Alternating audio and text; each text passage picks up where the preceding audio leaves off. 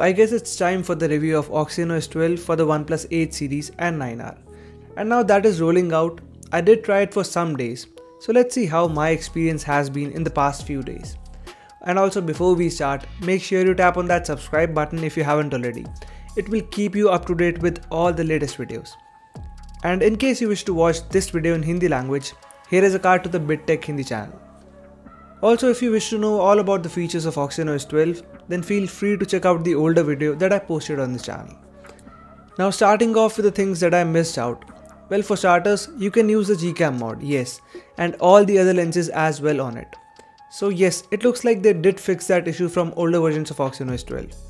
And if you need a video on gcam mod, well, do let me know in the comment section down below. Also, like, some people are facing weird issues with phones, fingerprint scanner and whatnot.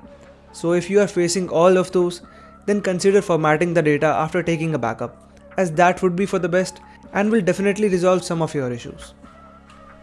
And for those of you who are facing issues with the notifications from any app whatsoever, well, don't worry, they must be disabled for that application. So for the app with which you are facing this notification issue, just long press on it and tap on the app info button.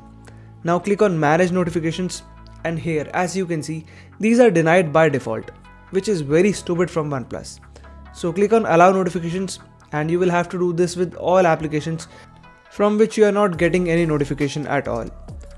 Also, make sure to take on the banner and lock screen both options, and your problem will be resolved after this. Plus, I also don't like the fact that whenever I try to open a notification, it expands all the notification in the area. So it gets very annoying, and if you have multiple notifications from many apps, it's a disaster actually. Other than this, the charging time has been almost similar for me, that is around 45 minutes from 0 to 100%. And the battery life has not been excellent in terms of screen on time, but I would say that the overnight drain was around 2% tops, which is quite good overall. So the screen on time that I managed to get was around 6 to 6.5 hours maximum, and it goes down even more if you turn on the high performance mode in battery settings. Also, the UI, I would honestly say, is something I just don't like, and the reason is because it just looks inconsistent even after applying older OnePlus icon packs. It still has some rounded icons and some square icons. I mean, it just looks bad, and the folder shape is also in square now.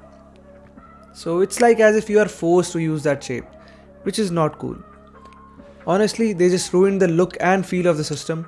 Overall, it does feel smoother though, but for what it's worth, I'll always prefer the look of older OxygenOS, and OnePlus is just playing mind games with the end users as of now, believe it or not.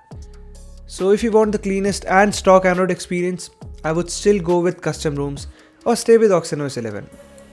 Also, I'll drop a link to some of the good custom rooms that I've tried, and I've shared them on the channel as well, so feel free to check it out. Next up, I also don't like that privacy pop-up and that system is in optimal condition message. PS, if you want to disable the shelf, just click on the settings icon in the shelf and turn it off. It can get annoying sometimes, but if you use it, then it does have some new features, as I told in the previous video. The fingerprint scanner works just fine for me, and the animations provided are better too, something that I like.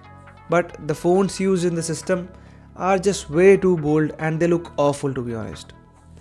Another good thing is the pitch black dark mode, and the options provided here are good enough and will suit most users. Now coming to the camera quality on my OnePlus 8T, well, it has been pretty much similar in most scenarios, and they still haven't fixed the discoloration issue on 2x mode, and you can see that in the image samples that I took. Overall, it's still mediocre as compared to competition, even devices like the S20 FE, which has a ton of features in the camera and just takes much better images. Also, I feel that it is a bit slower now and has more shutter delay as compared to OxygenOS 11. And lastly, there are no new features introduced here in the camera application. Also, many of you asked me about the OnePlus dialer, and yes, there is a version that works with Android 12, but it doesn't work perfectly at all. It does work, but then again, it's a hassle to use it. So either disable that prompt like I shared in the shorts video, or you can just stay on OxygenOS 11 if call recording is what you want. Coming to the gaming part, and here things are not looking great either. First of all, the 90 FPS mode in BGMI didn't even work even after forcing the display to 120Hz. So there's that. and overall the gameplay was nice for short duration, but I did observe some glitches here and there as compared to OxygenOS 11. And playing it on smooth extreme settings at 60 FPS was fine for shorter sessions, but for longer time it tends to heat up a bit more.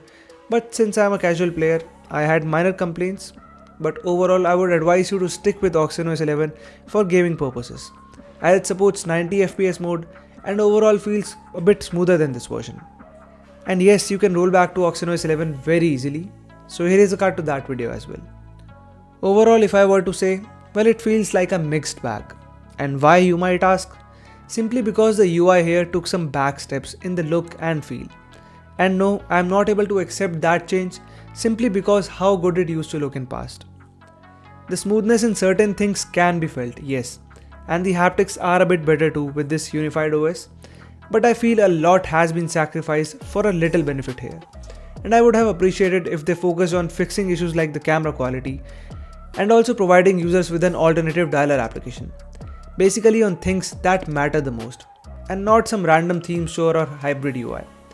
So if you still want to update, wait for the next version, I would say, as that would be for the best. And if you cannot, then at least reset the device after this update. And that's pretty much it that I have to say about this OxygenOS 12 for now. So this was my perspective on this OxygenOS 12 for the OnePlus 8 series and 9R, and it is just a mixed bag in my opinion. What do you guys feel about it? Do let me know in the comment section down below. And if you end up liking this video, make sure you like and subscribe to the channel. Thanks for watching, and I'll catch you guys in the next one.